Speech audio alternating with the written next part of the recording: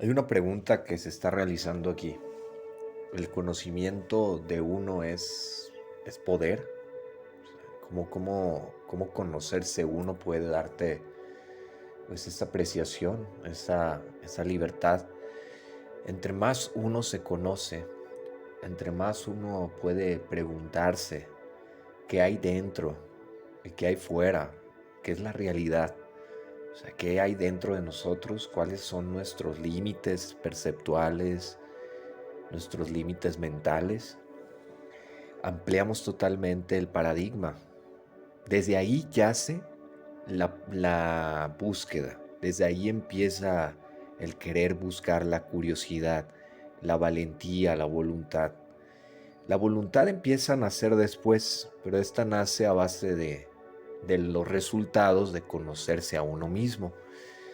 Cuando entras en un proceso de conocerte a uno, a conocer al uno mismo, al no ser basado en el ser, empiezas a tener acercamientos muy curiosos. Empiezan a haber sucesos que son acercamientos en un nivel más amplio. Son acercamientos tanto de vibración, tanto de luminosidad, tanto de aspectos energéticos, de vibración.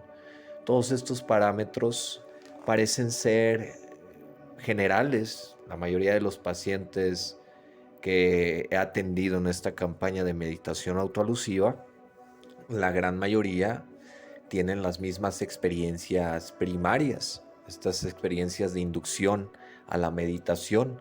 Empiezan a experimentar estas sensaciones de luminosidades, empiezan a sentir cómo hay una conexión de ecuanimidad, de estadía perpetua en un lugar que desconocen totalmente, pero les causa un estado de armonía, ¿no? De dicha. Entonces, todos estos estados emocionales internos, todo este mundo del descubrimiento de quién soy, qué es lo que yace dentro de mí, te lleva a niveles de esa voluntad empiezan a ser porque hay una intriga cada vez mayor, porque las experiencias que se viven en ese no ser son experiencias que van por encima de cualquier sensación ordinaria que se puede vivir en la realidad. Te lleva a un estado más amplio y en ese estado más amplio es donde se adquiere la sabiduría, que es la que podemos compartir. La sabiduría que se puede compartir es donde se llega a ese estado, pero es un estado continuo. ¿A qué me refiero con que es un estado continuo? Es un estado que necesita estar continuamente siendo como acudido, ¿no? Interactuado y con el no ser, ¿no? Con ese estado de la conciencia, y el no ser te lleva a una amplitud mayor. El no ser es parte de nosotros y parte de lo externo también. La conciencia es parte de nosotros y parte de la realidad misma. Entonces esa esencia que nos engloba, nos atraviesa, cuando la observamos, nos ponemos en su estado.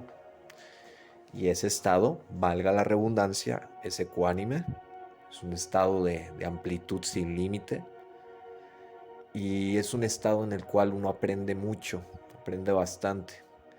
Principalmente te topas antes de llegar al no ser con estas batallas internas, estas guerras que uno tiene que lidiar, pero son parte del proceso. Son tus herramientas para acercarte al no ser. Tus herramientas, bueno, principalmente el desapego.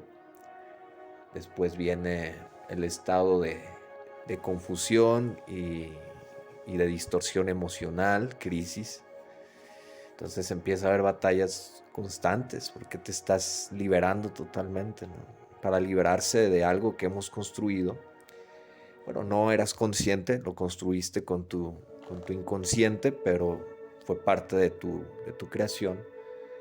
No se va a querer liberar tan fácil y va a querer dejar que tú, como tu alma, como tu mente, ya en pleno dominio personal, ya lo estás dominando, se deje tocar por el espíritu.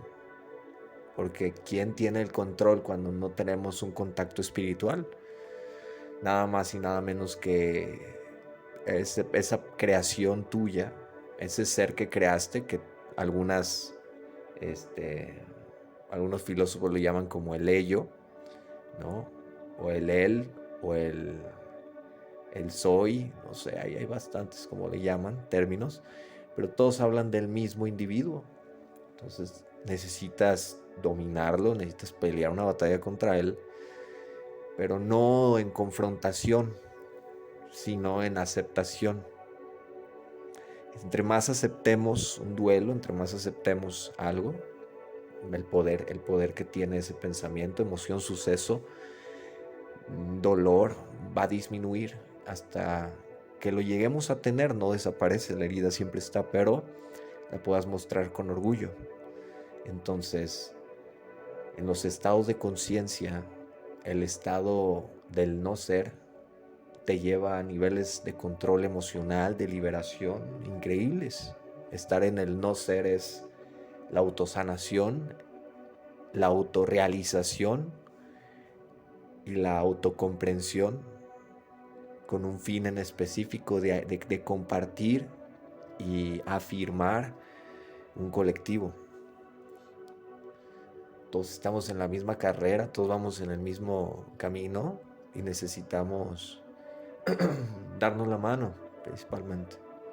Cuando podamos ayudar a alguien en experiencia, poder ayudar es lo más importante. Muchísimas gracias.